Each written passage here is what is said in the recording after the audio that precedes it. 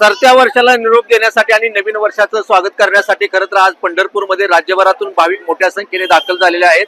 आपण या ठिकाणी नामदेव पायरीपाशी आपण पाहतोय की या ठिकाणी राज्यभरातून मोठ्या संख्येने भाविक दाखल झालेले आहेत। आता आज 31 डिसेंबर आहे, आज वर्षाअखेर आहे, आज वर्षाचा शेवटचा दिवस आहे आणि नवीन वर्षाचं स्वागत करण्यासाठी खरं तर विठ्ठलाच्या दर्शनाने नवीन वर्षाचं स्वागत करावं, नवीन संकल्प करण्यासाठी अनेक लोक या ठिकाणी येतात आणि आज विशेषतः पुत्रदा एकादशीचा योग साधून आलेला आहे।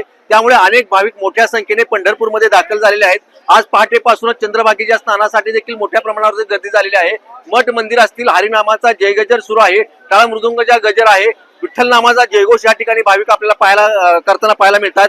नामदेव पायरीजवळ देखील लोक मोठ्या संख्येने भाविक या ठिकाणी आपल्याला पाहायला मिळतात। माझ्यासोबत काही भाविक आहेत। सरत्या वर्षाला निरोप आणि नवीन वर्षाचं स्वागत, काय भावना आहे तुमच्या मनामध्ये? नवीन वर्षाला सर्व सुख समृद्धी मिळावी, विठ्ठल चरणी एवढीच प्रार्थना करतो। माऊली, कुठून आला तुम्ही? आम्ही सांगोल्यावरून आलो। काय आज दर्शनाचा योग काय?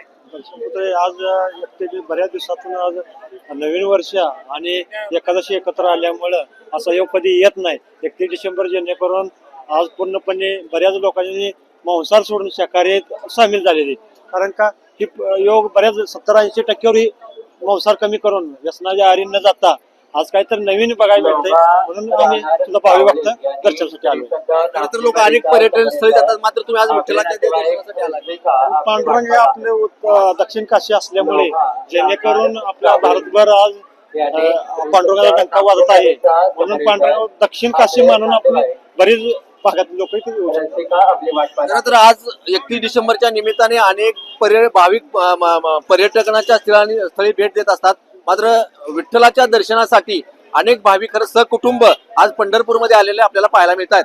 कॅमेरामॅन राजू सास, भारत नागने, साम टीव्ही न्यूज, पंढरपूर।